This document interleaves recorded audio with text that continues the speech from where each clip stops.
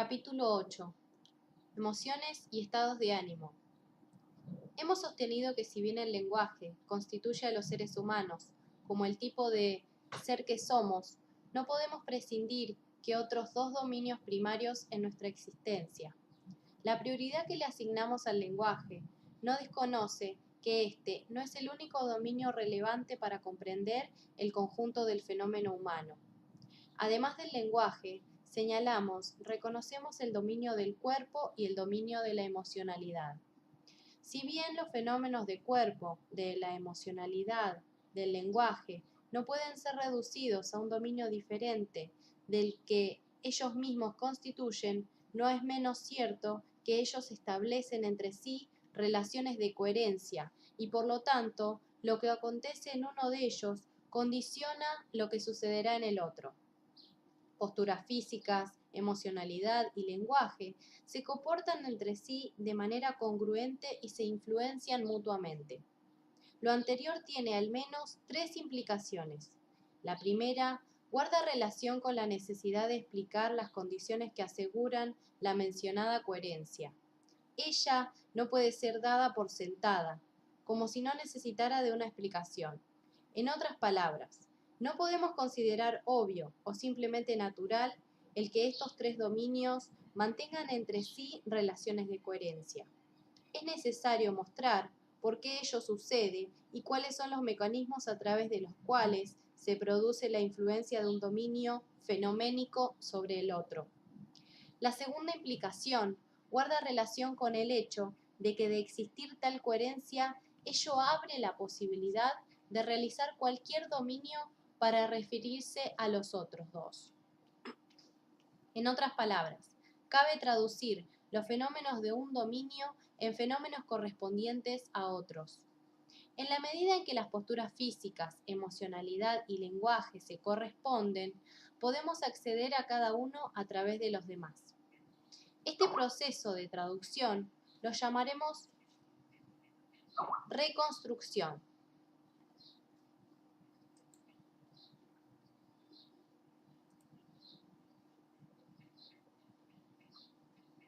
Lingüística, de una determinada emoción. La tercera implicación remite al hecho de que más allá de la posibilidad anteriormente aludida de traducción o de la reconstrucción, la coherencia de estos tres dominios, abre un espacio de importante diseño e intervención dada tal coherencia. Nos cabe esperar las transformaciones producidas en un determinado dominio se traduzcan en modificaciones en los demás. Existe, por tanto, todo un campo de intervenciones indirectas a través de las cuales, por ejemplo, una modificación emocional puede perfectamente modificar nuestras conversaciones y nuestra postura física. Esta tercera implicación tiene a la vez su lado negativo, en razón de la relación de coherencia entre tres dominios primarios. Por un lado, las posibilidades de intervención se expanden. Por otro lado, también se limitan. Este aspecto posee una gran relevancia en la práctica del coaching ontológico, en sus condiciones de eficacia. A menudo, cambios en uno de los tres dominios no logran conservarse debido a la presión de coherencia que proviene en los otros dos. Ello obliga, muy frecuentemente, a intervenir simultáneamente en tres dominios para asegurar que las transformaciones producidas en uno de ellos se encuentren con cambios que les sean coherentes entre los otros. No basta, por ejemplo, con inducir un cambio en un tipo de conversación que una persona tiene si la emocionalidad en la que se halla es aquella que es coherente con las conversaciones del pasado. De no intervenirse simultáneamente la emocionalidad, el cambio en las conversaciones corre peligro de no conservarse y por lo tanto ser efímero. Los seres humanos nos constituimos como tales en nuestra corporalidad, en nuestra emocionalidad, en nuestra capacidad de lenguaje. Tenemos cuerpo, emocionalidad y lenguaje en el que tenerlos como las experiencias que ellos generan Estos tres dominios fenoménicos son irreductibles entre sí, independientemente de la posibilidad de reconstruirlos o de intervención directa. De allí los llamamos dominios primarios.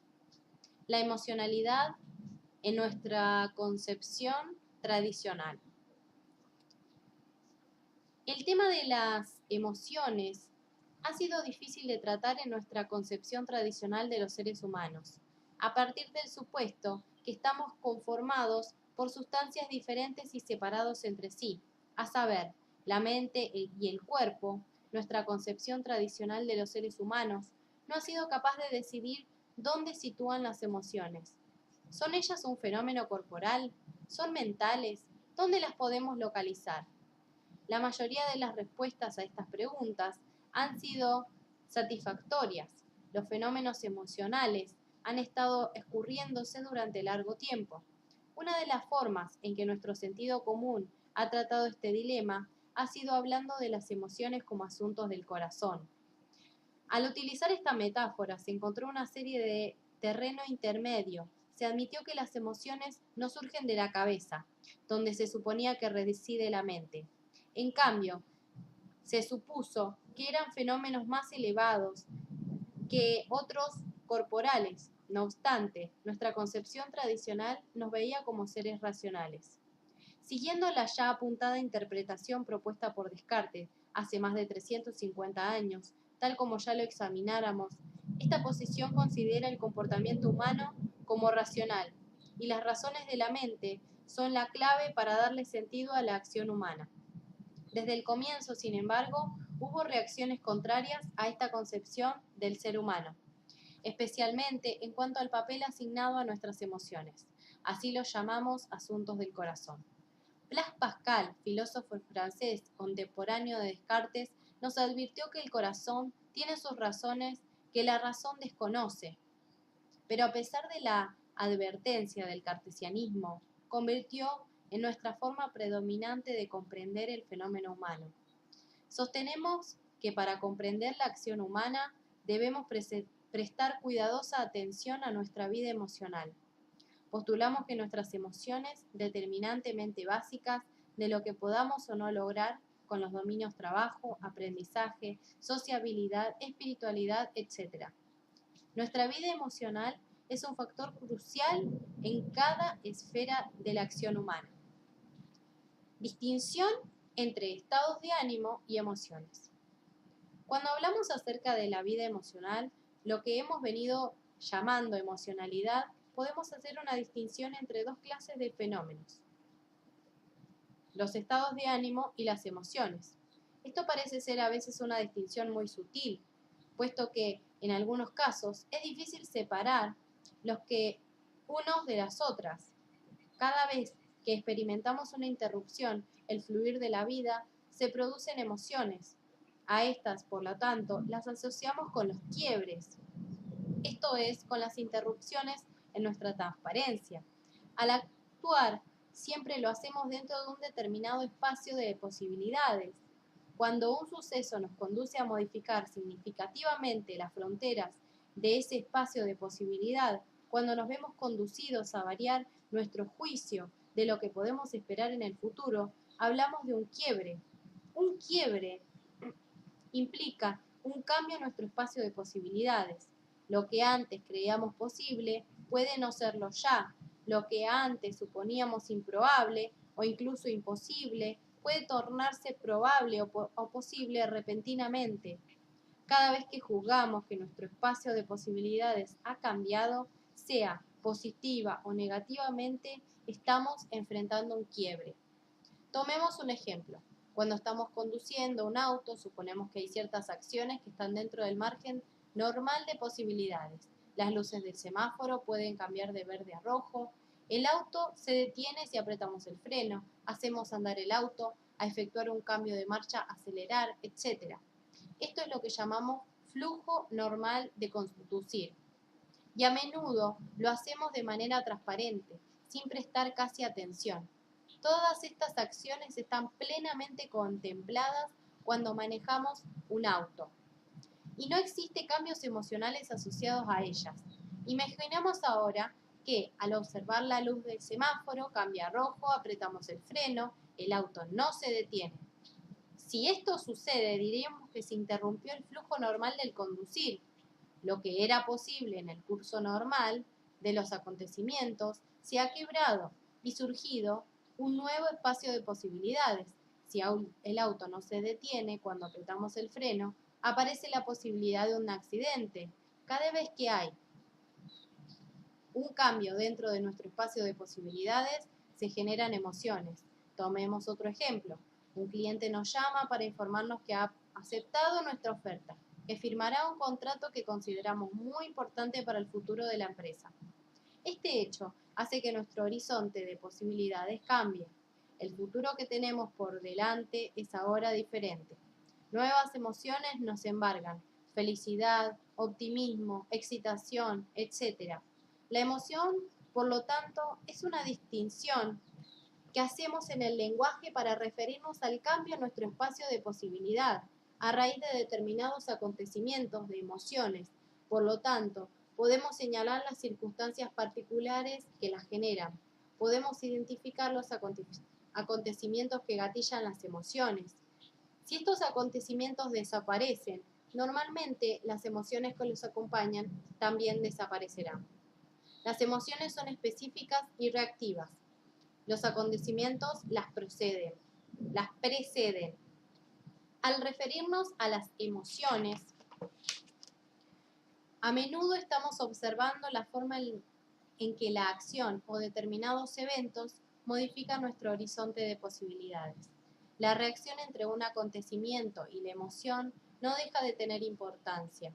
A menudo relato el ejemplo que nos entregaba el filósofo Michael Graves para ilustrar esta relación entre singularidad de un acontecimiento y la emoción.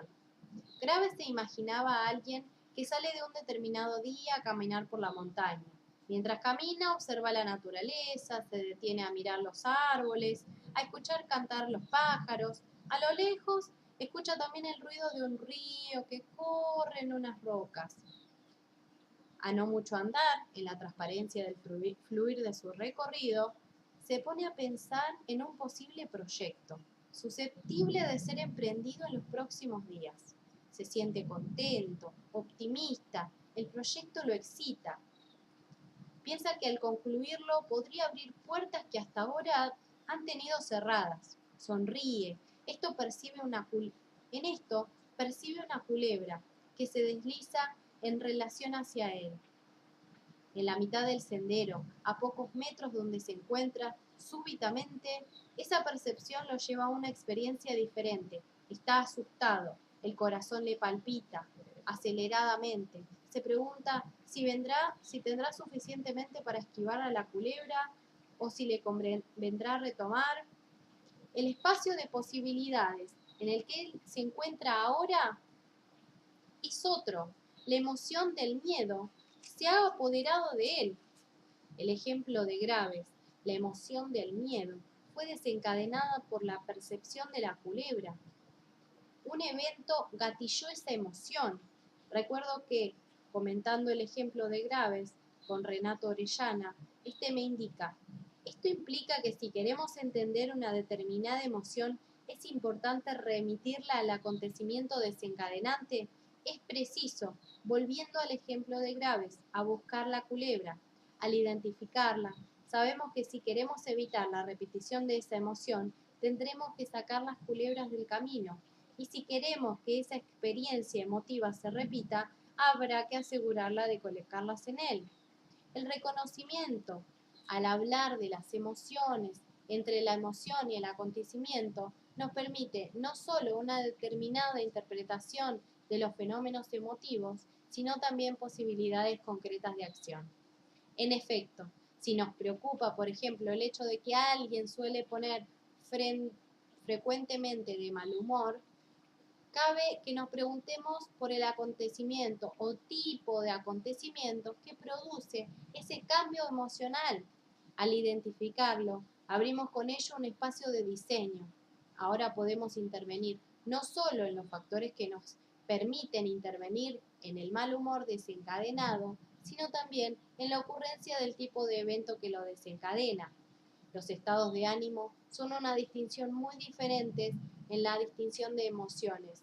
Cuando hablamos de estados de ánimo, nos referimos a una emocionalidad que no remite necesariamente a condiciones específicas y que por lo tanto, normalmente, no lo podemos relacionar con acontecimientos determinados. Los estados de ánimo viven en el trasfondo del cual actuamos. Ellos se refieren a esos estados emocionales desde los cuales se realizan las acciones. Con toda emocionalidad y por lo tanto, al igual que las emociones, los estados de ánimo también están asociados a un horizonte de posibilidades, a un espacio de acciones posibles. Sin embargo, en los estados de ánimo, la relación entre posibilidad y acción se revierte. Hemos dicho que las emociones tienen que ver con la forma en que la acción modifica nuestro horizonte de posibilidades. Con los estados de ánimo, por el contrario, nos ocupamos de la forma en que el horizonte de posibilidades en el que nos encontramos corresponde al estado de ánimo en cuestión, condiciona nuestras acciones. Independientemente del lugar donde nos encontremos y de lo que hagamos, los seres humanos siempre estamos en algún estado de ánimo que comúnmente no elegimos ni controlamos, simplemente nos encontramos en él. Una vez que estamos en un determinado estado de ánimo, nos comportamos dentro de parámetros de que tal estado de ánimo especifica en nosotros.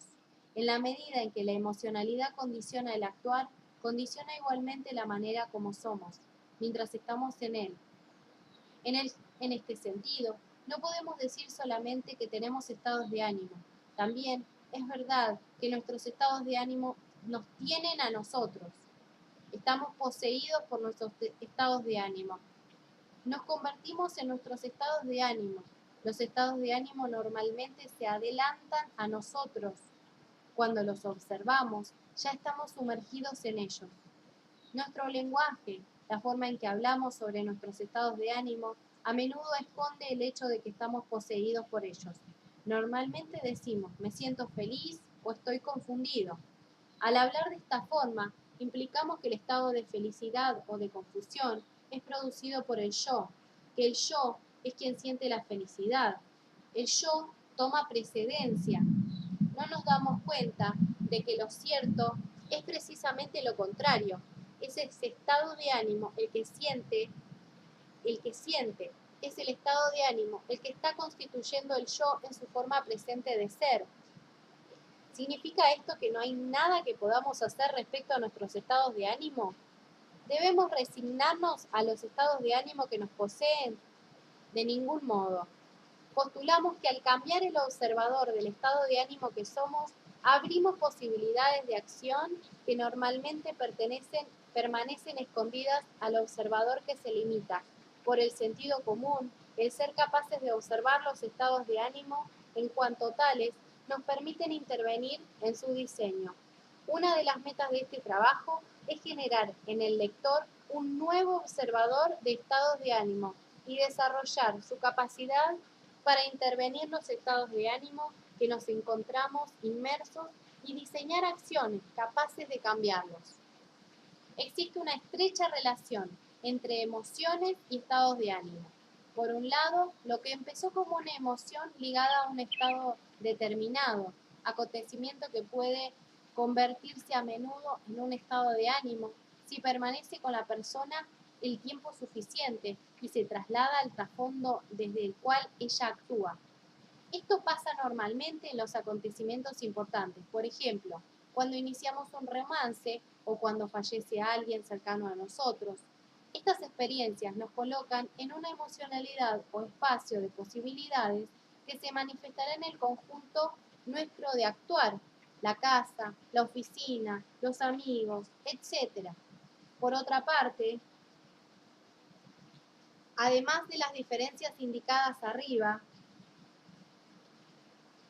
los estados de ánimo y las emociones son fenómenos muy similares y nos permiten reconstruirlos en la misma forma. La mayor parte de lo que vamos a decir a continuación puede ser aplicado tanto en los estados de ánimo como en las emociones. Sin embargo, Para simplificar nuestra investigación, nos vamos a concentrar en los estados de ánimo. Dejamos al lector la tarea de extraer conclusiones para aplicar este análisis a las emociones. Estados de ánimo son constituidos desde la existencia humana. Los estados de ánimo son constituidos desde la existencia humana. Donde quiera que estén, donde quiera que habiten, los seres humanos están siempre inmersos en determinados estados de ánimo. No hay forma en que podamos evitar encontrarnos en alguno y mirar la vida desde afuera de algún tipo de estado emocional, cualquiera que sea. Los estados de ánimo son constitutivos de la existencia humana. Simplemente no se puede concebir la existencia humana sin aceptar que estamos inevitablemente en algún estado de ánimo. Los estados de ánimo son un hecho de que en la vida los encontramos por doquier. Diferentes lugares parecen tener diferentes estados de ánimo. Cada ciudad va acompañada del suyo. Podemos hablar acerca del estado de ánimo de San Francisco, Madrid, Ciudad de México, Buenos Aires, Santiago. Con solo nombrar estas ciudades, evocamos un estado de ánimo. Son todos muy diferentes. Lo mismo pasa con los países. Podemos hablar de un estado de ánimo italiano, alemán, ruso, etc. Son todos muy distintos. Los países tropicales tienen un estado de ánimo muy diferente de que, por ejemplo, los países nórdicos. Los ciclos climáticos también provocan estados de ánimo diferentes. Ya los asociamos a posibilidades distintas a cada uno de ellos. Las estaciones producen distintos estados de ánimo. La gente tiende a estar de diferente humor en primavera y en invierno. Los días de la semana provocan distintos estados de ánimo. El humor de las personas los lunes es comúnmente diferente al de los viernes y los domingos. En las diferentes horas del día nos encontramos de diferente humor. Nuestro humor de las mañanas no es el mismo que el de las tardes. Por lo demás sabemos que hay madrugadores y noctámbulos. También se asocian las diferentes edades a diferentes estados de ánimo. Los adolescentes tienen estados de ánimo muy distintos a los de las personas de edad. Finalmente, podemos hablar de estados de ánimo, por ejemplo, en los periodos históricos. Sabemos, por ejemplo, que el estado de ánimo de los años 60 era muy distinto al de los 80. Estados de ánimo y acción. ¿Qué clase de fenómenos son los estados de ánimo? Hemos dicho que cada estado de ánimo, y lo mismo puede decirse sobre las emociones, especifica un espacio de posibilidades.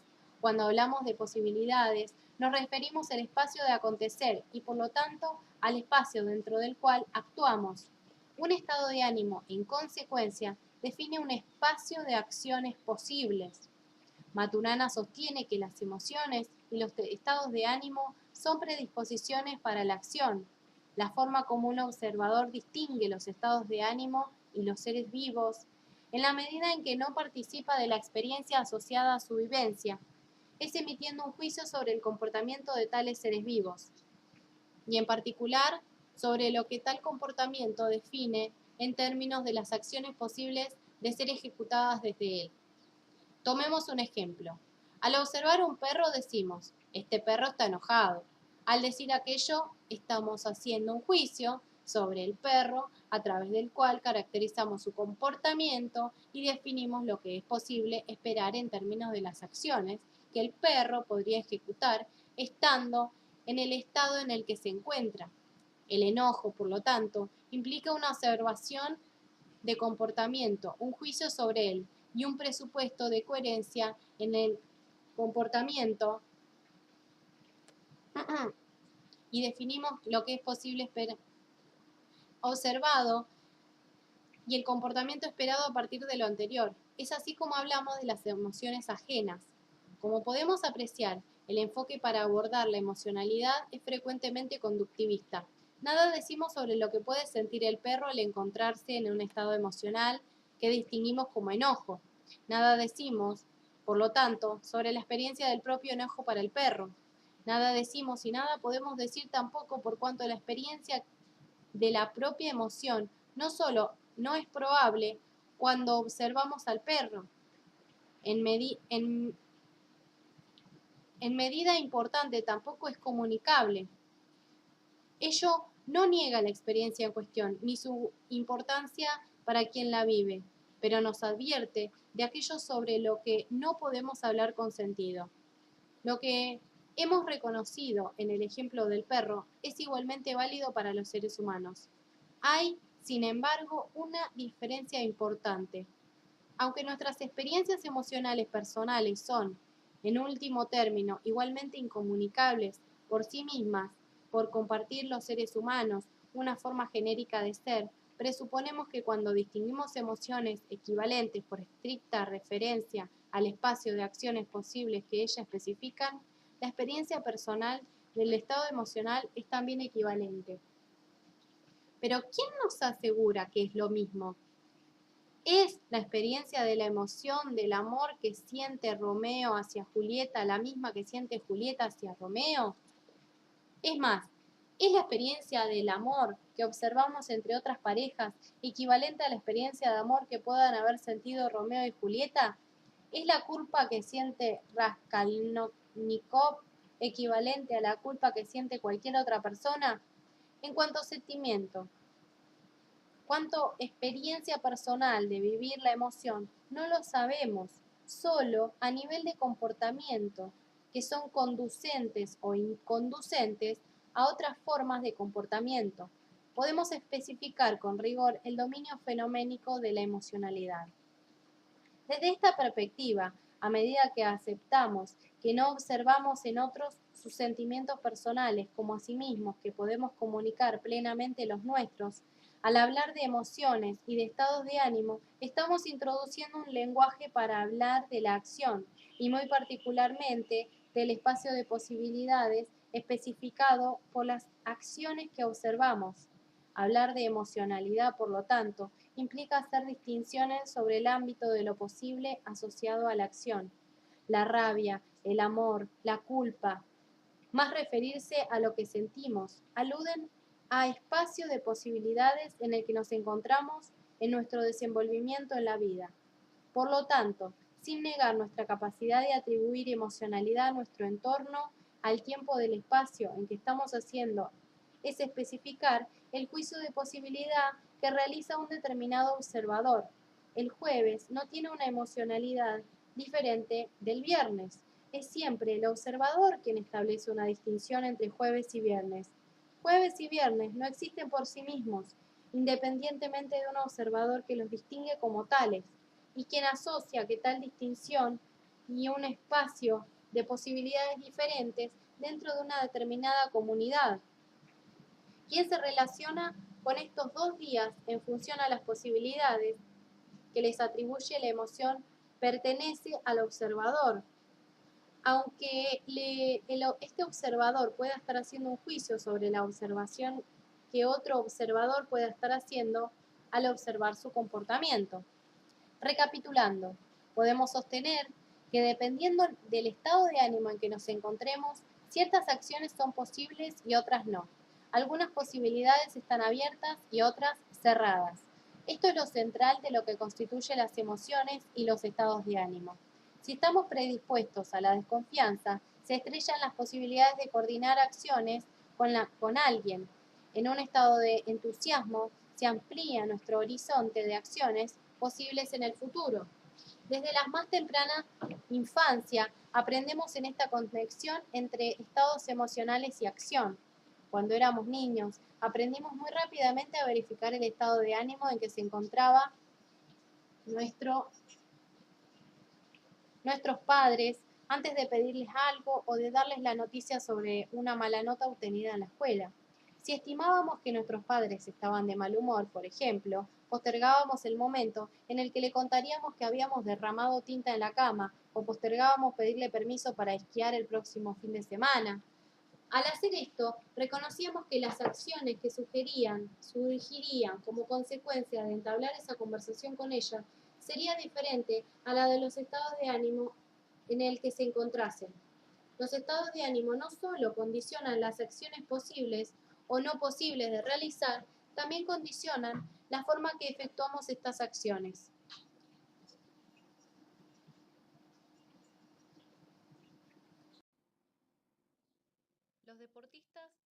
esto muy bien. Sus estados de ánimo determinan su desempeño, y ellos saben que si los cambian, pueden cambiar también lo que podrían lograr. Cuando queremos coordinar una acción con otra persona, debemos preguntarnos si el estado de ánimo de esa persona es conducente o no a la proyectada acción. Si juzgamos que su estado de ánimo no es el adecuado, quizás necesitaremos actuar en forma diferente a lo que habíamos planeado. Tal vez cambiando nuestros actos por otros que, a nuestro juicio, serían conducentes a cambiar su estado de ánimo. En vez de tener una conversación para coordinar acciones, quizás tendremos una conversación de acciones posibles o una conversación para posibles acciones. Cuando conversamos, es importante asegurarse de que el estado de ánimo de una conversación sea el adecuado para lograr lo que se espera que sea esa conversación. El estado de ánimo predominante no solo determinará qué se podrá lograr de esa conversación, sino a un nivel más básico. Va a coordinar, va a condicionar la forma en que las personas escuchen lo que se dice.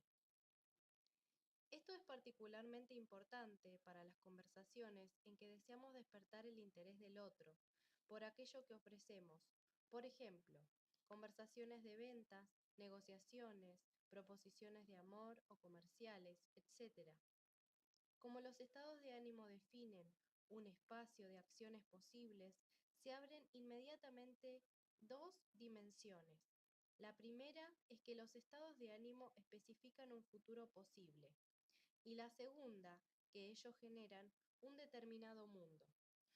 Examinémoslas en este orden. Nuestros estados de ánimo son como lentes, a través de los cuales observamos el futuro. Los diferentes estados de ánimo son diferentes aperturas hacia el futuro. Si sucede que estamos de buen ánimo, el futuro se verá brillante. Si estamos de mal ánimo, el futuro se verá oscuro. ¿No nos ha sucedido a menudo que nos damos cuenta cómo cambia el futuro simplemente porque atravesamos por un cambio diario de estado de ánimo? Del mismo modo, nuestros estados de ánimo conforman el mundo en que vivimos. Tal como hemos insistido anteriormente, los seres humanos no se relacionan con su entorno natural y social tal como es, objetivamente. No sabemos cómo es realmente, solo sabemos cómo es para nosotros y nuestras inquietudes y el estado de ánimo en que estemos. Cada estado de ánimo trae consigo un mundo propio. Cuando Candie de Voltaire dice, todo es para mejor, en el mejor de los mundos posibles. Todavía no vemos exactamente cómo era ese mundo, pero definitivamente sabemos en qué estado de ánimo se encontraba. Sabemos cuán amplio debe haberse visto el horizonte de sus posibilidades. Uno de los problemas que enfrentamos es que los estados de ánimo son a menudo transparentes para nosotros. No los notamos y por lo tanto juzgamos que lo que pertenece a nuestro estado de ánimo es propiedad de nuestro mundo. Normalmente suponemos que el mundo es tal cual lo observamos, sin detenernos a examinar el papel que juega el observador en aquello que observa. Si sucede que estamos de mal ánimo, juzgamos que todo lo que nos rodea es negativo. Si estamos de buen ánimo, todo es positivo. Normalmente no nos damos cuenta que estas características positivas y negativas no pertenecen al mundo mismo, como algo separado de nosotros, sino al observador que somos, según el estado de ánimo que nos encontremos. No estamos insinuando que puesto que somos nosotros los que coloreamos el mundo con tonalidades positivas y negativas, la forma en que éste se muestra que sea independiente del acontecer del mundo o simplemente irrelevante. Muy a menudo puede ser comprensible que veamos el mundo en términos negativos o positivos. Si logramos un ascenso o un aumento de sueldo, es muy razonable que nuestro estado de ánimo sea optimista. Estamos ampliando nuestras posibilidades futuras y nuestro mundo se ve más brillante. Pero aún, estas circunstancias, es importante admitir que nuestro mundo reside en el estado de ánimo en el que estemos. Si cambia el estado de ánimo, el mundo también cambiará con él. Dos dominios complementarios de observación de los estados de ánimo. Hemos sostenido la existencia humana reconoce tres dominios primarios: los dominios del cuerpo, de la emocionalidad y del lenguaje. Hemos dicho que estos representan dominios fenoménicos, irreductibles en el sentido en que los fenómenos que corresponden a cada uno no permiten su reducción en un dominio diferente, sin que ello implique la disolución del fenómeno del que se procura dar cuenta. Hemos postulado también que a pesar del carácter irreductible de estos tres dominios, ellos mantienen entre sí relaciones de coherencia,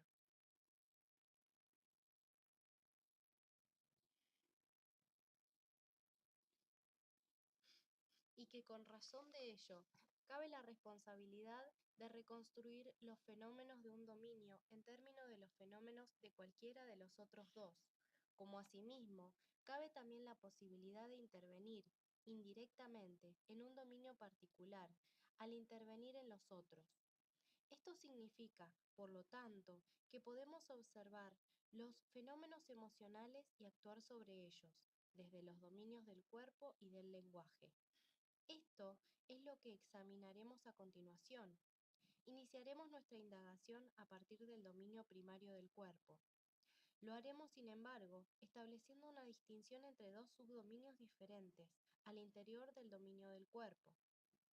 Hablaremos por un lado del dominio de la biología y por otro lado del dominio de la corporalidad. Clarifiquemos la distinción que estamos haciendo entre estos dos subdominios en que dividimos el dominio del cuerpo, la biología y la corporalidad. Llamamos biología al dominio de los componentes y relaciones que constituyen nuestra estructura biológica. La manera en que estamos usando la distinción biológica se refiere a la forma en que nuestros diferentes componentes biológicos se comportan y se relacionan entre sí para producir la unidad biológica que somos. Lo que está en juego aquí es el comportamiento de nuestros componentes biológicos. Cuando hablamos de biología, por lo tanto, estamos señalando lo que sucede a nivel de los sistemas nervioso, digestivo, circulatorio, etc. Estamos examinando, por ejemplo, diferentes condiciones hormonales o diferentes configuraciones genéticas. Cuando hablamos de la corporalidad, estamos en otro dominio de observación. Lo que está en juego aquí es el comportamiento físico de un individuo, de la unidad biológica como un todo, la forma en que esta unidad se sitúa físicamente en su entorno y las relaciones físicas que establece con las entidades que constituyen ese entorno. Estamos usando la distinción de la corporalidad para referirnos a nuestra forma de gesticular, nuestras posturas corporales, la forma en que un individuo se mueve en su entorno, etc. Los dominios de la biología, de la corporalidad, están relacionados. Lo que pasa a un nivel biológico condiciona lo que sucede a un nivel corporal y viceversa. Pero a pesar de su interconexión, siguen siendo dominios de observación diferentes y utilizamos diferentes conjuntos de distinciones para referirnos a ellos, observando los estados de ánimo desde el subdominio de la biología. Debemos admitir que lo llamaríamos la biología de los estados de ánimo, que está en pañales, y muchos de nuestros conocimientos podrían cambiar al surgir nuevos descubrimientos. Sin embargo, informes de investigaciones recientes sugieren, por ejemplo, que existe un nexo muy fuerte entre la conformación del cerebro y la actividad de los lóbulos frontales y las emociones y los estados de ánimo de las personas. Específicamente, los resultados muestran que las personas que tienen mayor actividad en el área frontal izquierda del cerebro que en la derecha tienden a tener un carácter más positivo y optimista. Por ejemplo, reaccionan más alegremente frente a las personas y situaciones.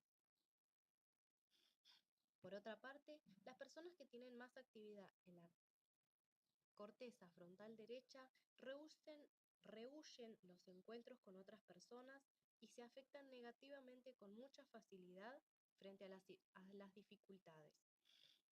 Se ha informado que son muchas las situaciones que causan felicidad a quienes pertenecen al primer grupo, y estos son normalmente seres sociales y chispeantes.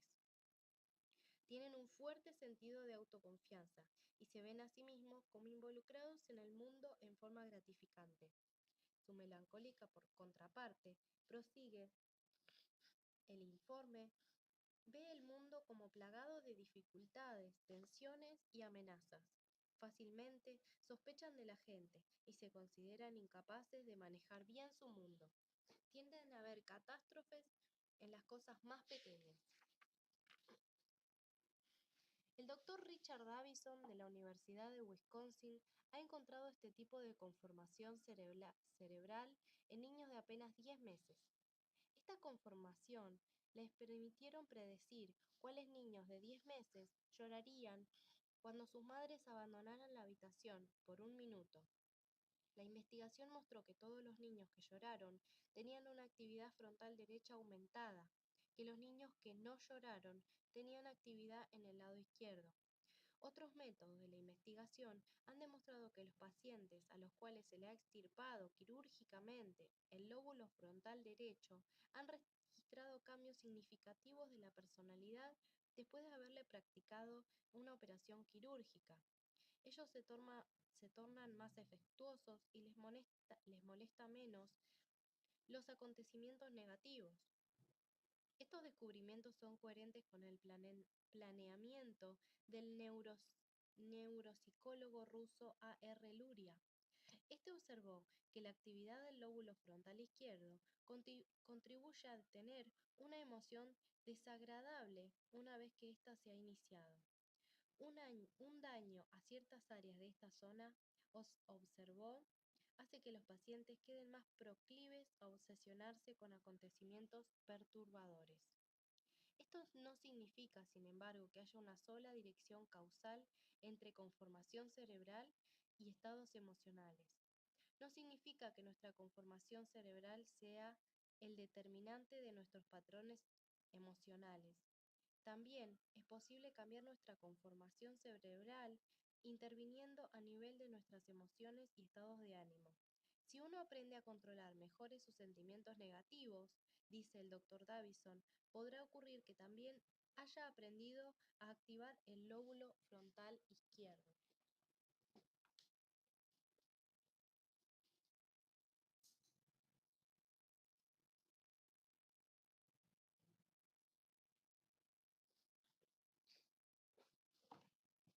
La manera en que la biología se relaciona con nuestros estados de ánimo va más allá de la relación entre conformación del cerebro y los estados emocionales. Por una parte, sabemos que muchas otras alteraciones biológicas, además de los patrones de nuestros lóbulos frontales, pueden producir cambios emocionales. Los desequilibrios hormonales a menudo producen cambios de estados de ánimo, y estos cambios pueden a su vez modificarse a través de medicamentos químicos. Esto ha sido bien documentado en casos de depresión. Las drogas son un buen ejemplo cómo las personas afectan sus estados emocionales al producir una perturbación química en su estructura biológica. Por otra parte, también sabemos que un cambio en nuestro estado emocional produce modificaciones biológicas.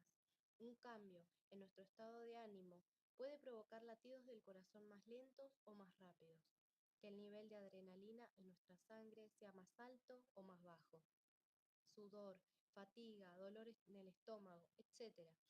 Una investigación experimental reciente ha comprobado que el estado de ánimo de un paciente es un factor importante de su capacidad de recuperación para un amplio espectro de enfermedades, jaquecas graves, cáncer, enfermedades cardíacas, estrés, desórdenes nerviosos, etc. observando los estados de ánimo desde el subdominio de la corporalidad.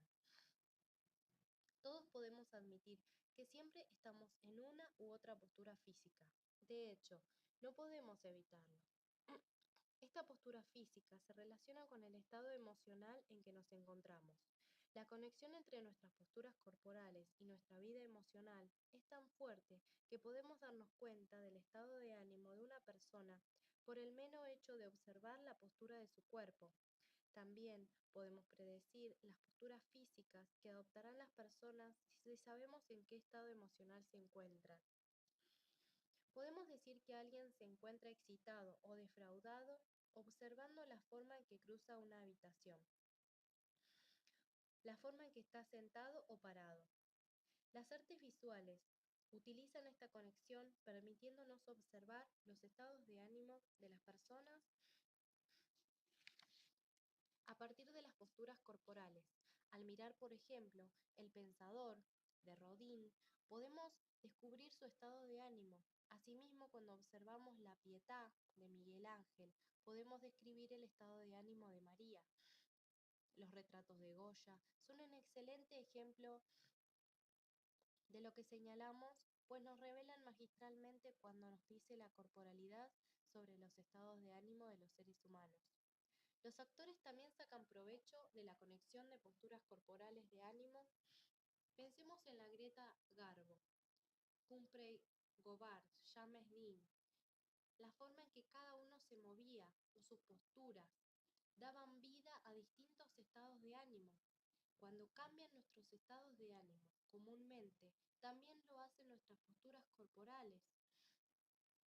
Lo interesante es que muchas veces cambiando nuestra postura corporal, podemos también cambiar nuestro estado de ánimo.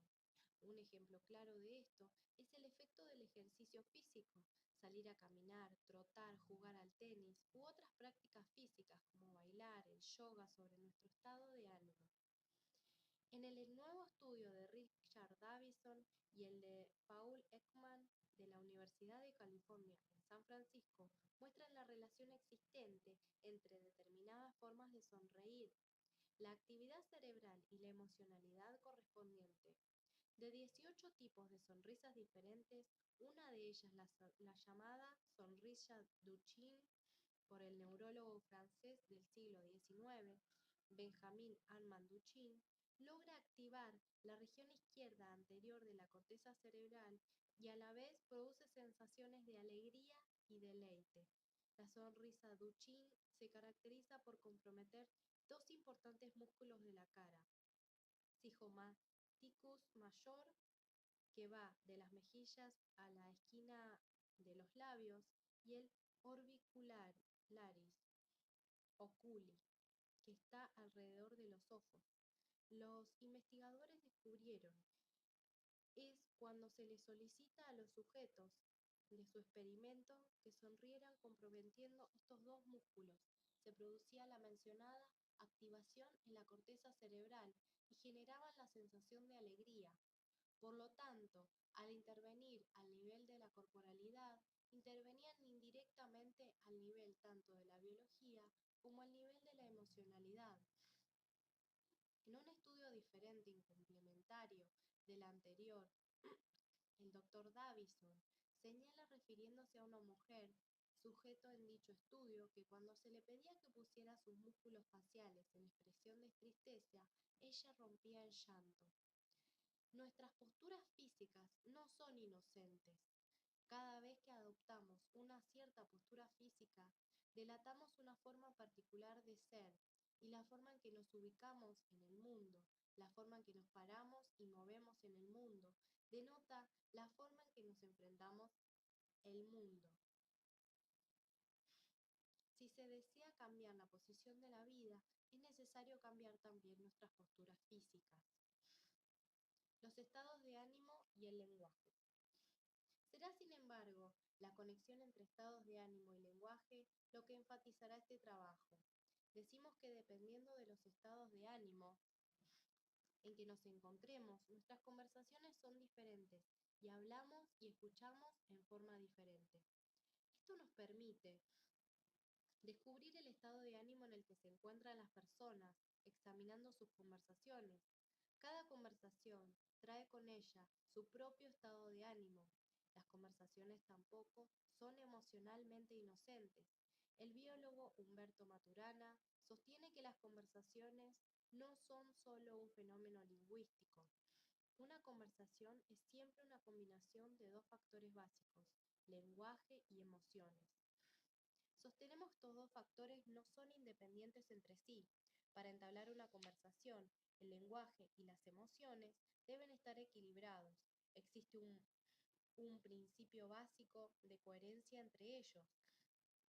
No podemos seleccionar al azar una secuencia de actos lingüísticos y agregar a ellos también al azar cualquier emoción que encontraremos a la mano. El lenguaje y los estados emocionales están estrechamente relacionados entre sí. Todos sabemos cómo cambia nuestro estado de ánimo cuando alguien da una buena o mala noticia. Todos hemos experimentado un cambio de estado de ánimo a raíz de que nos han aceptado una proposición comercial o nos han rehusado una petición importante.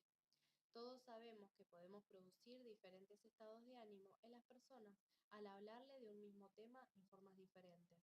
Todos los días tenemos múltiples experiencias en las cuales observamos cómo decimos puede influir en un estado de ánimo de la gente. La existencia de esta relación entre lenguaje y emociones no es un asunto trivial. Por el contrario, es debido a que esta relación existe que surge la más interesante posibilidad de intervenir en el diseño de nuestros estados de ánimo. Es aquí donde la capacidad de lograr maestría en dar forma a los estados de ánimo nuestros y de los demás alcanza su punto máximo. ¿Qué ganamos con esta relación? Dos cosas importantes. En primer lugar, nos permite ejecutar una construcción lingüística de nuestros estados de ánimo y emociones. Ahora podemos traducir nuestros estados de ánimo emocionales en una estructura lingüística. Generamos un lenguaje de emociones y estados de ánimo. Sostenemos que, independientemente de su soporte biológico y corporal, los estados de ánimo pueden ser presentados y reconstruidos en términos lingüísticos. En segundo lugar, desarrollamos dos dominios de acción y diseño. Podemos ahora intervenir en el dominio de nuestros estados emocionales por medio de la acción, a nivel del lenguaje y a la inversa. Podemos intervenir a nivel de nuestros actos lingüísticos, cambiando nuestros estados emocionales. Al combinar estos dos dominios de acción, podemos entonces diseñar secuencias completas de intervenciones en las cuales el lenguaje y las emociones se van a modificar entre sí.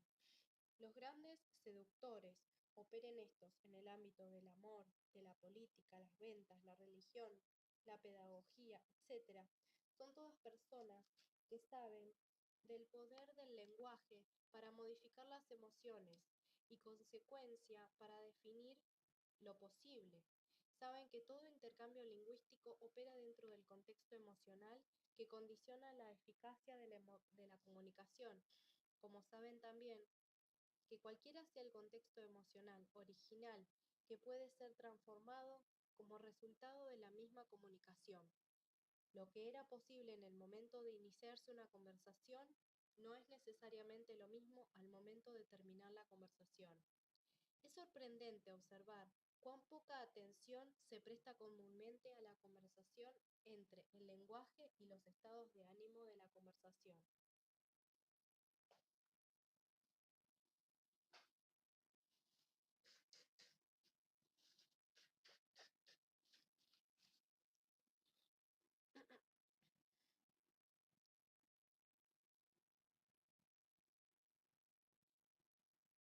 Sabemos que nuestra comunicación con los otros se ve afectada por el estado de ánimo que existía antes de iniciar la conversación y por el estado de ánimo de la misma conversación genera, pero normalmente no hacemos mucho al respecto. Demasiado a menudo nos movemos por este campo con torpeza, como si estuviéramos con los ojos tapados, y no nos hacemos responsables de los estados de ánimo que creamos. Generalmente estamos muy lejos de percibir nuestras conversaciones pueden ser una herramienta fundamental para cambiar los estados de ánimo de las personas, que al hacerlo abre nuevos dominios de acción. Nos convertimos en víctimas pasivas, tanto de los estados de ánimo preexistentes como de aquellos que producimos, hacia una reconstrucción lingüística de los estados de ánimo. Habiendo examinado el tipo de fenómenos que son los estados de ánimo, nos damos cuenta de que juegan un dominio diferente, un papel equivalente al que juegan estos actos lingüísticos que hemos llamado los juicios. Como sabemos, también definen un espacio de acciones posibles, también especifican un futuro posible, colorean, como lo hacen los estados de ánimo, el mundo en que vivimos. Este es el nexo entre estados de ánimo y juicios, el que sirve para asegurar la relación de coherencia entre emocionalidad y lenguaje. Y es también el que abre la posibilidad de una reconstrucción lingüística de los primeros. Cuando emitimos un juicio, nos relacionamos con que estamos juzgando desde el punto de vista de nuestras inquietudes y lo formulamos en términos de las posibilidades que abre o cierra para nosotros. Los juicios especifican el mundo en el que vivimos y nuestro horizonte de posibilidades futuras o en la misma forma en que lo hacen los estados de ánimo. Esto constituye la base para reconstrucción lingüística de los estados de ánimo. Ahora, podemos tratar los estados de ánimo como juicios automáticos del mundo y de las posibilidades futuras en ese mundo nos trae, los llamados automáticos, porque sabemos que no se trata de juicios que emitamos. De hecho, normalmente no los hacemos. Los estados de ánimo anteceden a la acción, están allí, están ya allí cuando vamos a actuar. Nos encontramos inmersos en ellos. En consecuencia, cuando hablamos de los estados de ánimo como juicios automáticos del mundo, no estamos haciendo una descripción de lo que los estados de ánimo, sino que estamos haciendo una reconstrucción lingüística. Esto es una traducción del fenómeno de los estados de ánimo de un código lingüístico. Tomemos algunos ejemplos. Estamos en el estado de ánimo del entusiasmo. Podemos reconstruir este estado de ánimo como un juicio que emitimos cuando decimos, esto es entusiasmante. Se trata de un juicio que podemos articular, al igual que con cualquier juicio, como una estructura lingüística subyacente acerca del mundo. Cuando formulamos el juicio, esto es entusiasmante, la estructura subyacente implica básicamente los siguientes dos actos lingüísticos. Yo afirmo que X está sucediendo, yo juzgo que X va a ampliar mis posibilidades en el futuro. Esta misma estructura es una reconstrucción lingüística válida para el estado de ánimo del entusiasmo. Por lo tanto, el entusiasmo es el estado de ánimo que puede ser lingüísticamente reconocido como la estructura lingüística subyacente cuando emitimos el juicio de que algo es entusiasmante. La manera de nombrar nuestros estados de ánimo no es arbitraria. Crea inmediatamente la conexión entre estados de ánimo y juicios, haciendo posible esta reconstrucción lingüística. ¿Necesitamos algo para reconstruir lingüísticamente el estado de ánimo del entusiasmo? Decimos que no. La estructura da cuenta de él en su totalidad. En realidad, cuando juntamos estos dos actos lingüísticos, generamos el estado de ánimo del entusiasmo. Lo que es interesante en esta estructura lingüística es que nos ofrece pautas básicas para generar o disolver un estado de entusiasmo. Si deseamos generarlo, debemos asegurarnos de que se produzcan estos dos actos lingüísticos. Si queremos disolvernos, asegurarnos de que estos juicios no se emitirán. Ahora, si por el contrario nos encontramos en el estado de ánimo del aburrimiento, podemos observar la conversación subyacente, implícita, en el juicio. Esto es aburrido. El estado de ánimo del aburrimiento puede entonces ser reconstruido como la estructura lingüística subyacente correspondiente a este juicio. En el caso del aburrimiento, la estructura es la siguiente. Yo afirmo que X está sucediendo. Yo juzgo que X no va a abrir ni cerrar posibilidad alguna para mi futuro. Tomemos por último la tristeza. La pregunta que nos deberíamos hacer nuevamente es, ¿qué estructura lingüística subyacente aparece cuando decimos esto es triste? El estado de ánimo puede reconstruirse en función de los siguientes elementos. Yo afirmo que X está sucediendo o ha sucedido. Yo juzgo que X representa una pérdida para mí. Juzgo algunas posibilidades han disminuido. Yo acepto esa pérdida como un hecho. Como podemos ver, cada estado de ánimo genera un mundo particular. De este mundo, y ese mundo será muy diferente si estamos en un estado de ánimo de entusiasmo, de aburrimiento, de tristeza. En general, cuando estamos en el estado de ánimo positivos, felicidad, entusiasmo, admiración, etc., nos encontramos en un mundo que está lleno de nuevas posibilidades para el futuro. Cuando estamos en estados de ánimo negativos, tristeza, miedo, ansiedad, etc., nos encontramos en un mundo que cierra nuestras posibilidades. Se puede reconstruir cualquier estado de ánimo tratándolo como lo hemos hecho, esto es, como juicios automáticos. Aunque podamos establecer una correspondencia entre los estados de ánimo y juicios, lo contrario no es siempre posible. No podemos decir que con cada juicio esté conectado con un diferente estado de ánimo. Por ejemplo, cuando decimos Catalina tiene razón, o Benjamín es alto, o Aurora es eficiente, estamos emitiendo juicios. Sin embargo, en estos casos, el estado de ánimo en el que emitimos estos juicios no se hace evidente a partir de los propios juicios. Para determinar el estado de ánimo es necesario examinar el contexto de la conversación del cual se emiten estos juicios. Los estados de ánimo en contextos sociales. De lo dicho hasta ahora, podríamos suponer que los estados de ánimo son fundamentalmente un fenómeno individual. Ciertamente, los individuos tienen estados de ánimo. Están siempre en uno u otro estado de ánimo. Sin embargo, estos estados de ánimo son altamente contagiosos y si estamos entre gente en estados de ánimo muy negativos, debemos esperar que pronto estemos nosotros también en un estado de ánimo negativo.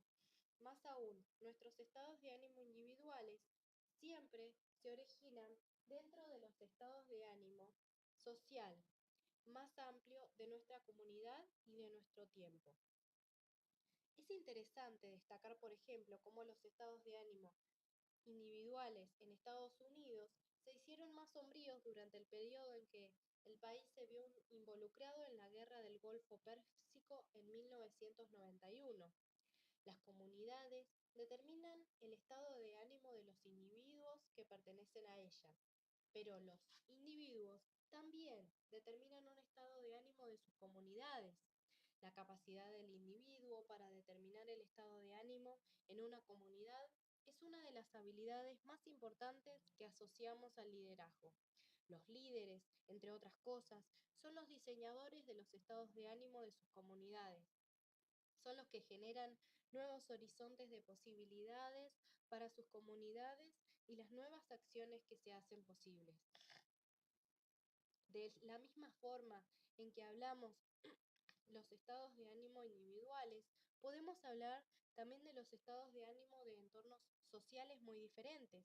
Cada comunidad de personas, sea esta una empresa, una familia, una clase de un colegio, un equipo deportivo, un partido político, etc., tiene sus estados de ánimo particulares. Algunas veces solamente nos basta con abrir la puerta de la casa de alguien para saber en qué estado de ánimo se encuentra la familia. Lo mismo pasa con las empresas. De allí que sea lo importante para los negocios verificar el estado de ánimo de todas aquellas personas que trabajan normalmente en la primera línea de actividades de la empresa. Aquellos que se ocupan en forma recurrente de los clientes y público en general, vendedores, recepcionistas, ejecutivos, etc. El estado de ánimo de la gente de primera línea de una empresa es central para la construcción de su identidad pública. Pero más importante que la preocupación por la identidad pública de la empresa es el hecho de que su estado de ánimo es un factor decisivo para determinar lo que la empresa será capaz de lograr, cómo va a reaccionar a los cambios de su entorno, cómo responderán sus miembros individuales al desafío de crear un futuro para ella, etc. Los estados de ánimo sociales son una excentricidad, son un componente fundamental de nuestro modo de vida, de una calidad de nuestras vidas. Los estados de ánimo sociales determinan el horizonte de posibles acciones de la gente y por lo tanto constituyen un factor importante en la predicción de lo que pueden o no lograr. Los deportistas no solo han reconocido la importancia de los estados de ánimo en los desempeños individuales, sino que en la forma en que se desempeña el equipo. Los estados de ánimo sociales son tan importantes que las estrategias militares los consideran uno de los factores cruciales en el diseño de acciones militares. Los llaman la moral de la tropa. Ellos saben que la moral es un factor de máxima importancia para lograr ganar una batalla, a veces aún más que la dotación de personal militar y el poderío de su equipo bélico. Napoleón escribió que en la guerra la moral vale las 3/4 partes. El equilibrio de la fuerza de los individuos y de los materiales solo valen la 1/4 parte restante. Conocemos la importancia de los estados de ánimo para moldear el comportamiento económico. Los economistas han establecido hace ya mucho tiempo la relación existente entre las expectativas de los agentes económicos, el espacio de posibilidad desde el cual operan y por lo tanto sus estados de ánimo, y el desempeño económico de una nación. Esto puede observarse muy claramente en las fluctuaciones que tienen lugar en las bolsas de comercio, que constituyen un buen indicador de estado de ánimo general del país. También conocemos la importancia de los estados de ánimo en el terreno político. El estado de ánimo fue el punto crítico de la derrota política. Jimmy Carter de los Estados Unidos, como lo fue en el éxito que posteriormente tuvo Ronald Reagan. Se pueden movilizar políticamente los estados de ánimo sociales y convertirlos en fuerzas históricas importantes. El poder de Hitler fue construido, en su mayor parte, capitalizando el profundo resentimiento con que quedó el pueblo alemán después de la firma del Tratado de Versalles, a fines de la Primera Guerra Mundial. El reciente colapso del socialismo en los países de Europa Oriental fue en gran medida la consecuencia de la expansión de un estado de ánimo generalizado, de frustración. Los revolucionarios de los más variados colores siempre han reconocido la importancia de los estados de ánimo del pueblo. El poder que ellos alcancen reside principalmente en su capacidad para movilizar estos estados de ánimo en su propio favor. ¿Podemos hacer algo con los estados de ánimo? Hasta ahora hemos visto la importancia de los estados de ánimo para la vida de los individuos. También hemos visto las consecuencias de la capacidad de las personas para generar los estados de ánimo conducentes a lo que deseen lograr. La mayoría de nosotros, sin embargo, somos arrastrados por los estados de ánimo en que nos encontramos y por los estados de ánimo que nos rodean, ya sea en el hogar, en el trabajo, en nuestra comunidad, etc. Nuestros estados de ánimo son definidos por la deriva de nuestras vidas y en general no tenemos la capacidad de producir cambios significativos y estables en ellos. Aún cuando reconocemos que algunas personas son competentes para generar estados de ánimo positivos en otros, estados de ánimo que son conducentes a lograr sus fines o propósitos, o simplemente estados de ánimo que mejoran la calidad de vida y hacen más feliz a la gente, suponemos que esto es producido por ocultos o misteriosos talentos, tan misteriosos que nos parecen inalcanzables. A menudo nos encontramos tan impotentes para cambiar nuestros estados de ánimo y los de otras personas que ni siquiera nos hacemos responsables de los estados de ánimo que nosotros mismos creamos. Si alguien se queja del estado de ánimo que traemos al trabajo, podemos decir, y bien, es que como soy, así es como soy y no puedo hacer nada al respecto.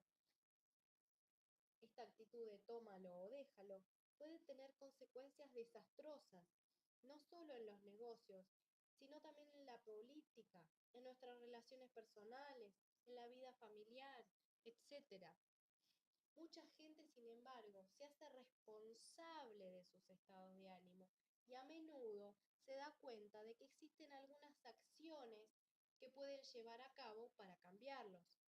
Sin embargo, lo que tales personas no ven normalmente es la capacidad que tienen de intervenir en la modificación del estado de ánimo del entorno social en el que viven. Cuando este estado de ánimo se hace insostenible, se van, se retiran de ese entorno social, empiezan todo el proceso de nuevo, hasta que alcanzan otro punto de saturación. Y esto pasa con las relaciones, con los amigos, con el trabajo, con las ciudades, etc. Nos movemos de un lugar a otro, de nuestra relación, de una relación a otra, de un trabajo a otro, etc. Nuestra vida nunca se estabiliza realmente. No encontramos una morada estable en la que podamos vivir en paz. No estamos diciendo que no nos deberíamos mover de un entorno social a otro, o que nuestras relaciones, amigos, trabajo, etc., debieran ser para toda la vida. No estamos diciendo tampoco que los estados de ánimo que prevalecen en esos lugares sean de nuestra total y exclusiva responsabilidad. Todos estos dominios de responsabilidad compartida con otros, lo que estamos, todos estos dominios de responsabilidad compartida con otros. Lo que estamos diciendo, sin embargo, es que por lo general no asumimos ni siquiera la cuota de responsabilidad que nos corresponde. Por lo tanto, no vemos que podemos realizar acciones para cambiar los estados de ánimo. Al no ver esto, restringimos nuestras propias posibilidades en la vida. Cuando nadie asume su cuota de responsabilidad, los estados de ánimo que generamos podemos anticipar los resultados que se obtendrán. Estados de ánimo como un dominio de diseño. Sostenemos que podemos adoptar una posición activa en lo que respecta a nuestros estados de ánimo personales y los estados de ánimo del entorno social en el que participamos. Una vez de ser arrastrados por ellos, podemos participar en moldear estos estados de ánimo. No estamos diciendo que podemos controlar totalmente nuestros estados de ánimo, menos aún los de otras personas. Nuestra vida siempre se desenvolverá en medio de acontecimientos que escaparán a nuestro control. Sin embargo, en la deriva de la vida también hay lugar para el diseño. Cuando hablamos de diseñar, conocemos que nuestras acciones tienen la capacidad, entre muchos otros factores, de intervenir y modificar el curso actual de los acontecimientos. Como individuos, como individuos, somos una fuerza activa en la deriva. Consideramos a los estados de ánimo como un dominio particular de diseño. Sin embargo, es necesario revisar seriamente nuestra interpretación tradicional de los seres humanos para poder participar en moldear nuestros estados de ánimo y los de las personas que nos rodean. Esta interpretación limita limita nuestra capacidad de acción y oculta nuestras posibilidades de diseñar estados de ánimo. Al respecto, sostenemos que la interpretación de los estados de ánimo aquí presentada incrementa el poder que tenemos como individuos, puesto que abre posibilidades de acción que difícilmente pueden verse desde afuera de ella. Hemos dicho que todo estado de ánimo especifica un espacio de acciones posibles, un horizonte de posibilidades. Hay una conexión fundamental, por lo tanto, entre estados de ánimo y nuestras posibilidades de acción. Esta es, quizás, la relación más importante para tratar los estados de ánimo como un dominio de diseño. Si los estados de ánimo y las posibilidades están estrechamente conectadas, al modificar nuestro horizonte de posibilidades, modificamos nuestros estados de ánimo. Este es un postulado fundamental. A estas alturas, ya sabemos que tenemos el poder de cambiar nuestro horizonte de posibilidades a través de las conversaciones y por lo tanto podemos aceptar que las conversaciones sean herramientas decisivas para diseñar estados de ánimo. ¿Cuáles son las conversaciones que tienen el poder de producir cambios en los estados de ánimo? Todas. Conversar es estar en un proceso de transformación mutua y esta transformación incluye nuestros estados de ánimo y emociones. De esto se trata la conversación. Una conversación para coordinar acciones. Cambia nuestro horizonte de posibilidades al lograr efectuar las acciones propuestas. Pero también sostenemos conversaciones que aspiran directamente a este cambio en el espacio de posibilidades.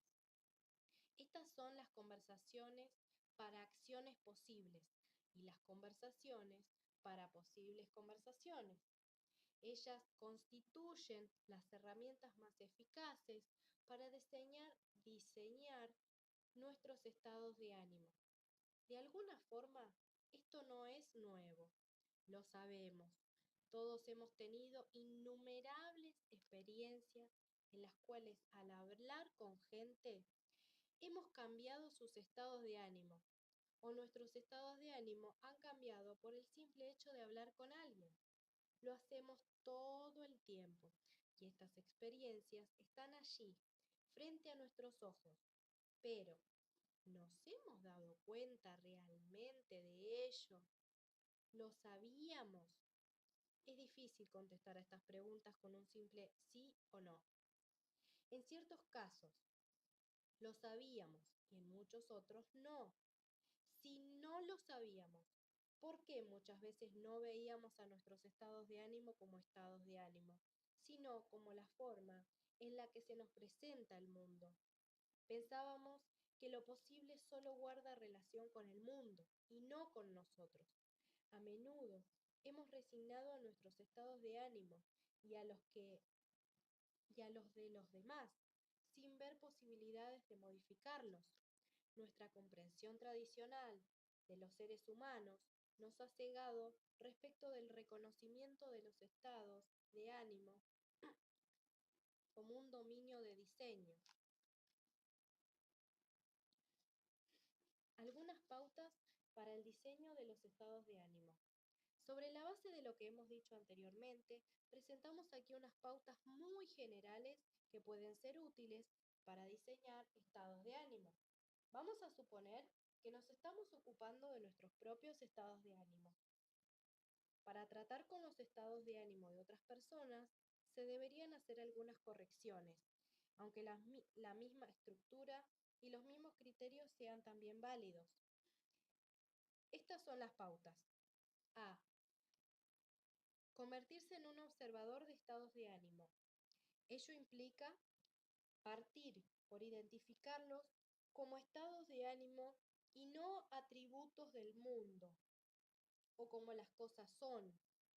Si suponemos como los estados de ánimo normalmente nos hacen creer que nuestros juicios del mundo corresponden realmente a cómo el mundo es, cerramos nuestras posibilidades de producir estados de ánimo diferentes.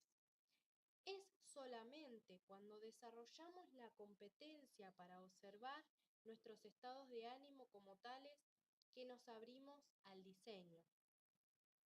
B. No somos responsables de los estados de ánimo que nos encontramos. No produjimos este particular estado de ánimo, simplemente estamos en él.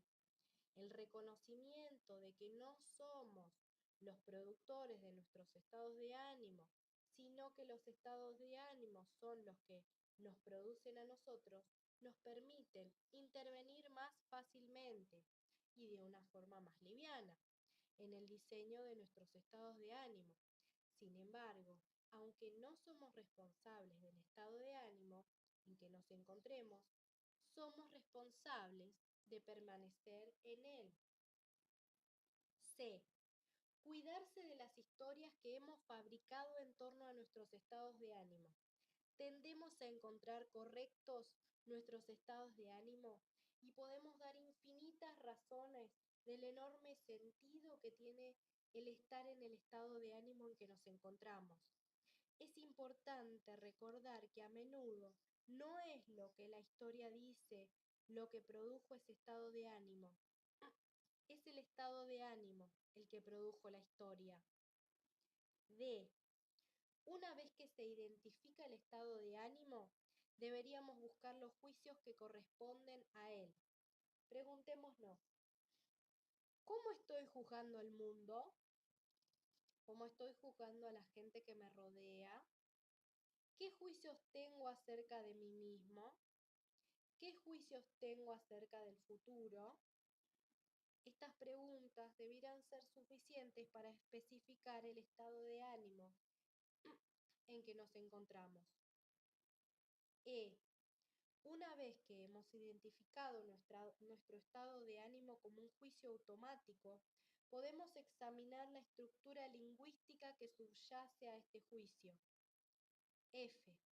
Una vez que tenemos la estructura lingüística que subyacente, podemos examinar si las afirmaciones que incluye esta estructura son verdaderas o falsas, si los juicios que contiene están o no fundados, si las declaraciones que contiene son válidas o no válidas, etc. Según el análisis de la estructura lingüística subyacente, podremos descubrir si el fundamento de este estado de ánimo es o no suficiente. Si no lo fuere, estaríamos en una mucho mejor posición para cambiarlo. G.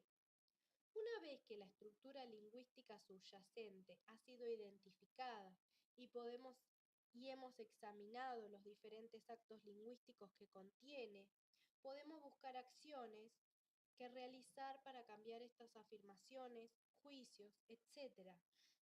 Esas acciones pueden incluir conversaciones que podemos abrir para modificar estructura lingüística subyacente en el estado de ánimo. No debiéramos permitir que nuestro estado de ánimo bloquee la acción. Esto es lo que comúnmente hacen los estados de ánimo.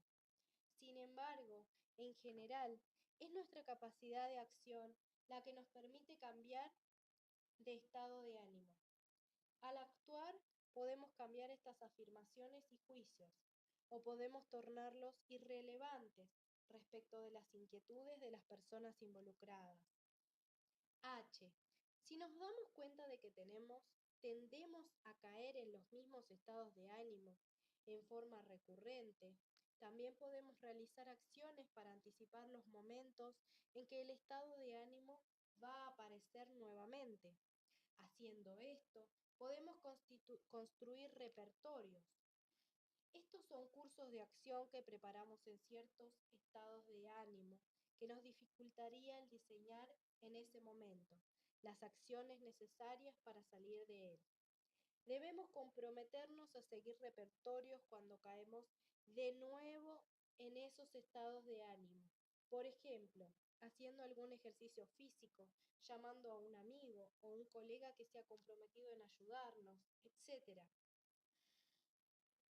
Y las acciones que podemos realizar es sumergirnos entre personas con las cuales nuestros estados de ánimo no tienen mucha cabida. No olvidemos que los estados de ánimo son contagiosos. Así como transmitimos nuestros estados de ánimo a otras personas, ellas también nos transmitirán los suyos.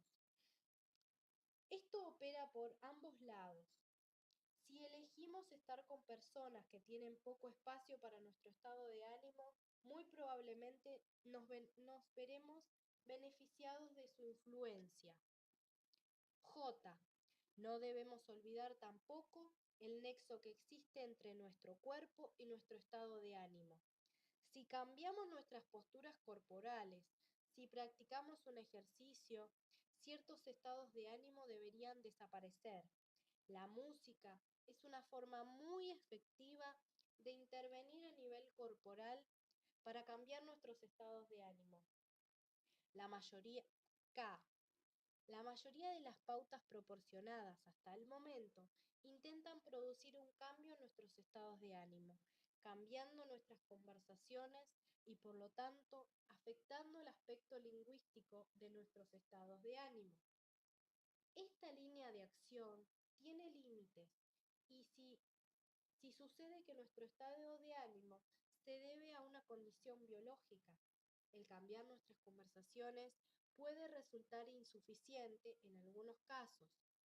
Si así fuere, también existe la posibilidad de actuar en una forma que nos permita intervenir directamente al nivel de nuestra biología, como sucede cuando el médico nos receta algún medicamento que altera las bases biológicas de nuestra emocionalidad. No olvidemos que no podemos evitar los estados de ánimo. Hagamos lo que hagamos, siempre estaremos en uno o en otro. No hay nada malo en estar en un estado de ánimo. El propósito del diseño es abrir la posibilidad de intervención, de manera que uno pueda adquirir un sentido de responsabilidad con respecto a sus estados de ánimo y de los quienes le rodean, y luego ganar competencias para moldearlos de acuerdo a su propio juicio de conveniencia. Kairos, un breve comentario sobre el tiempo humano. Un rasgo característico de esta fase de la historia, que llamamos modernidad, se extiende desde comienzos del siglo XVII hasta nuestros días. Ha estado el sustentar una concepción del tiempo que concibe como lineal, continuo y homogéneo. Dos factores parecen haber contribuido a generar esta concepción. Primero, la importancia que desde los inicios de la modernidad adquieren las ciencias naturales y muy particularmente la física. Ellas sirven durante mucho tiempo de modelo para pensar riguroso y sus presupuestos son a menudo importados de manera acrítica al ámbito de la reflexión sobre los fenómenos humanos. Pues bien, durante un largo periodo dominado por la cosmovisión mecánica de Newton, el tiempo físico fue considerado precisamente como absoluto y autónomo. El fluir del tiempo es concebido como una secuencia lineal y continua de unidades equivalentes. Desde el punto de vista de la física newtoniana, un minuto era exactamente igual a cualquier otro minuto. Al impacto proveniente del desarrollo de la física se añade un factor diferente, aunque complementario.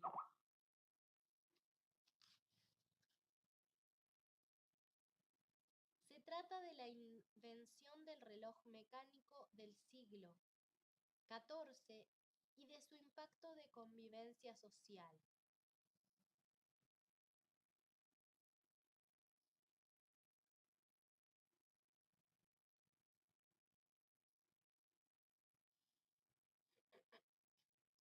Este momento modifica por completo el concepto social del tiempo, permitiendo a los seres humanos sincronizar la forma que coordinan acciones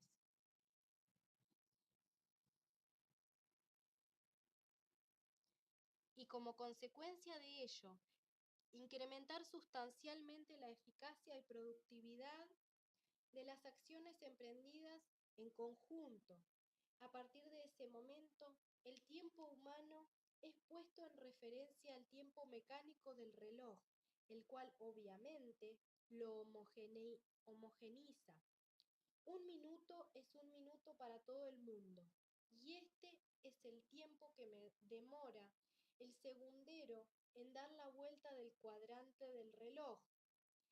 Es el comportamiento mecánico del segundero el que define el concepto de tiempo, que rige el comportamiento humano.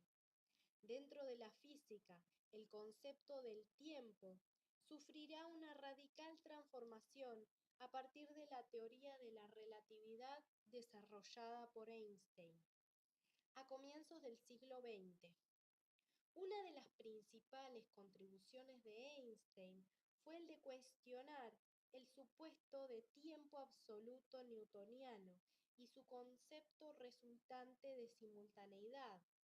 Lo curioso del caso, sin embargo, es que la nueva concepción einsteiniana, en vez de socavar el concepto cotidiano del tiempo humano, fuertemente influido por la física mecánica, se separa de él, mostrándose como un concepto de tiempo abstracto ajeno al tiempo humano.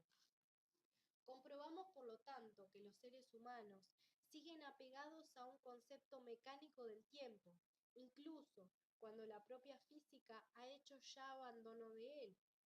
A partir de los desarrollos efectuados en este capítulo en torno a la temática de las emociones y los estados de ánimo, comprobamos que no todo momento, no toda unidad de tiempo físico implica las mismas posibilidades.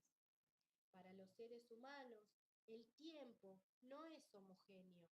Lo que puede acontecer en un minuto no es equivalente a lo que puede pasar en cualquier otro. La densidad de la vida de un determinado minuto puede contener para una persona no es igual a la que en ese minuto contiene para otra persona. El fluir del tiempo humano es una sucesión de ocasiones discontinuas, muy diferentes las unas de las otras, a menudo muy distintas para los diferentes individuos involucrados. La densidad del tiempo humano es heterogénea, por cuanto una misma unidad física de tiempo puede contener muy distintas posibilidades. Algo que no podía realizarse por años puede abrirse como posibilidad durante un minuto, para cerrarse inmediatamente después. Ese minuto es muy diferente de aquel que lo intercedió o de aquel que le sucederá. El tiempo humano medido mecánicamente simplemente no es el mismo. Una vez que aceptamos lo anterior, reconocemos la emocionalidad por cuanto especifica disposiciones diferentes para la acción y, consecuentemente, espacios de posibilidad distintos. Constituye un factor fundamental para evaluar las diferentes densidades del tiempo humano. Es quizás en este aspecto donde nuestra concepción tradicional, fundada en el modelo de la acción racional, muestra una de las principales deficiencias. La efectividad de la acción humana no solo es función de nuestra capacidad de articular racionalmente medios para la consecución de determinados objetivos. La efectividad de nuestra acción es también función de nuestra capacidad de observar, evaluar y diseñar aquellos espacios emocionales que hacen posible lo que previamente no lo era o que cierran posibilidades que antes se encontraban abiertas. La efectividad de nuestro actuar es función de las condiciones emocionales, las nuestras y las de las demás, propias de las situaciones dentro de la cual nos desempeñamos. Y no existe acción humana que escape de este condicionamiento emocional. En el hogar, en el trabajo, en el juego, etcétera. Lo que podremos realizar, lo que nos sea posible alcanzar, dependerá en medida importante de las condiciones emocionales existentes. Lo señalado nos lleva a una importante conformación registrada en la Grecia antigua, en los momentos que se inaugura aquello que hemos denominado la gran deriva metafísica, que hoy vemos en crisis, pero de la que todavía somos parte. Los griegos anteriores a los padres de la metafísica, Platón y Aristóteles, habían reconocido el carácter heterogéneo del tiempo humano y tenían un término a través del cual daban cuenta de ello. Hablaban del kairos.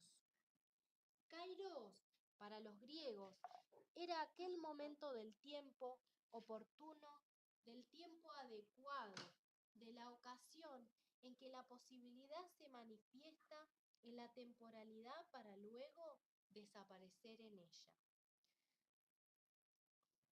A través del kairos se reconocía el valor de una acción, se realiza en el tiempo y que no todo el tiempo es igual. A veces se actúa demasiado temprano, otras veces demasiado tarde, pero también algunas veces se actúa en el tiempo justo o correcto. Para referirse a este último, los griegos acuñaron al término kairos. Kairos era un término habitualmente utilizado por los atletas para referirse a aquel momento en el que se les daba la oportunidad de realizar una determinada acción. En el deporte del tiro al arco, por ejemplo, se lo utilizaba para referirse a la apertura u oportunidad para disparar al cilindro por el cual la flecha tiene que pasar en su trayectoria hacia el objetivo.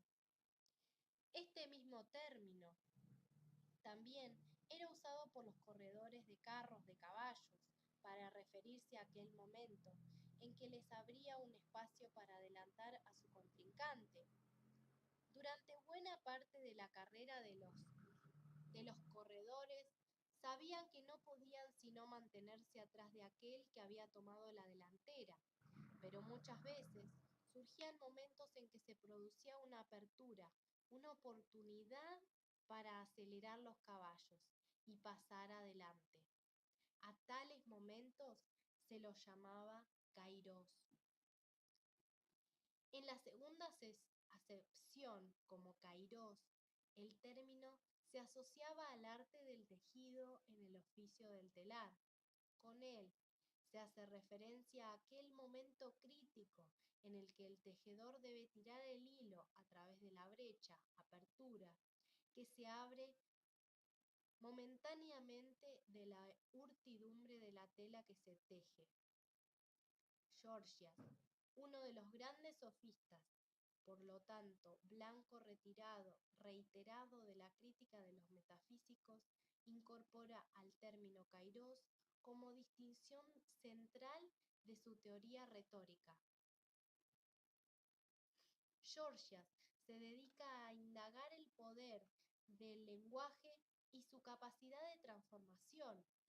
El lenguaje, nos dice, puede detener el miedo o desterrar el sufrimiento y crear alegría y alimentar compasión. Como el resto de los sofistas, Gorgias se dedica a la formación de la juventud en las virtudes ciudadanas, lo que los griegos llaman arete. Él entiende que las nacientes prácticas democráticas que tienen lugar en Grecia descansan precisamente en las competencias lingüísticas de los ciudadanos y muy particularmente en el ejercicio del arte de la persuasión. Para tal efecto, nos insiste Gorgias, el orador debe estar siempre atento al fluir de la conversación para detectar en ella las oportunidades kairos que se abren para persuadir al oyente. El plano emocional de la conversación es aspecto decisivo para lograr su éxito, tanto en lo que no respecta al orador, en cuyo caso hablamos de ethos, como al oyente, y en tal caso hablamos de patos. El orador, por lo tanto, debe moverse en la conversación como lo hace el navegante, siempre atento al sentido y fuerza de olas y la dirección del viento, siempre listo a cambiar de posición de velas. La verdad está intrínsecamente referida a su contexto. Ella será lo que la comunidad acepte como tal, y en tal sentido, la verdad es vista por Gorgias como el punto, como el propio resultado del arte de la persuasión. Tanto Platón como Aristóteles se oponen muy fuertemente a las posiciones adoptadas por Gorgias. Para ellos, la verdad existe con independencia de los individuos, aunque les sea a estos posible acceder a ella a través del pensamiento racional. Una vez que la verdad es alcanzada, el lenguaje es el instrumento a través del cual ella es comunicada a otros. Lo que importa en la comunicación, según la posición adoptada por Aristóteles, es el contenido de verdad de lo que se dice. Tanto el ethos del orador como el patos de la audiencia requieren subordinarse al logos. Este se da del contenido de verdad y representa el aspecto racional de la comunicación. Con el predominio del programa metafísico, el reconocimiento del carácter heterogéneo y discontinuo del tiempo humano se fue progresivamente diluyendo con ello. Nos olvidamos de la importancia de la noción de kairos propuesta por los griegos e incorporada en las enseñanzas de los filósofos no metafísicos como Gorgias de Leontini.